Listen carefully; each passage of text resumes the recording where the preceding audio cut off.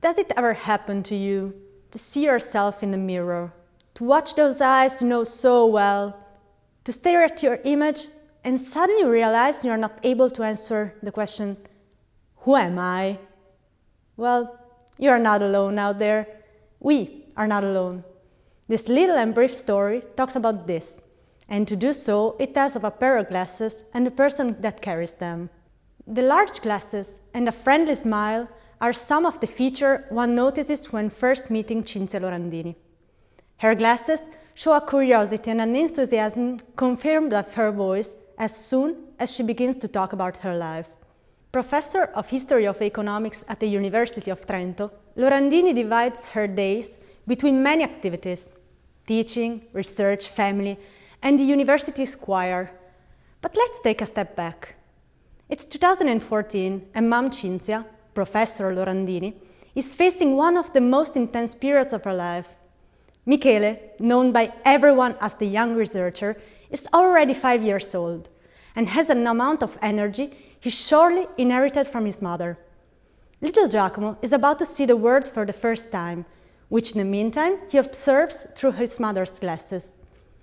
Meanwhile, at work, Professor Lorandini is busy improving looking beyond the Buddenbrook syndrome, 15 dense and precise pages that could open the door to new research projects. But how can anyone be a mother, a teacher, a colleague, a researcher, when the days are so short? Mom Cinzia, Professor Lorandini, doesn't have much time to look for an answer. All she can do is to try to be all of these things together. On the other hand, Cinzia has always taken up many challenges, trying to answer the question, who am I? Just like when she was younger and being offered a job at a local bank, she decided that it was not for her. And so, she refused the job and accepted a PhD position in Milan, against the advice of relatives and friends. She traveled miles going from Trentino to Lombardy and back, and under the guide of her mentor, Professor Andrea Lonardi, observed a world that was changing. In Milan, she worked hard to do everything at her best. She studied, took part in seminars, and did research.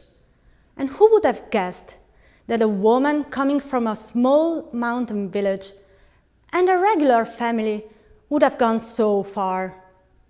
But let's go back to 2014. Giacomo is about to be born. The article is about to be published.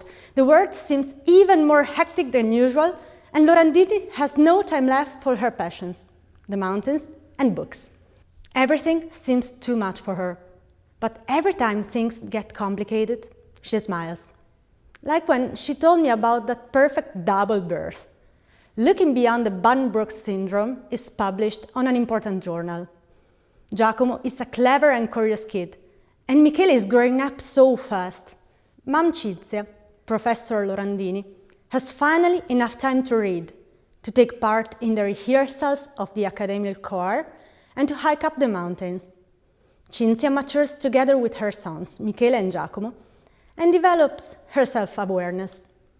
Mother, teacher, researcher, wife, colleague, friend, daughter, Cinzia Lorandini is all of this and more. We are not just one thing. Her PhD in Milan shows us this. And neither we're just extras in someone else's movie. We are actors, main characters of a world that's changing. We are everything, and maybe we are nothing. We are flesh, thought, strength, effort.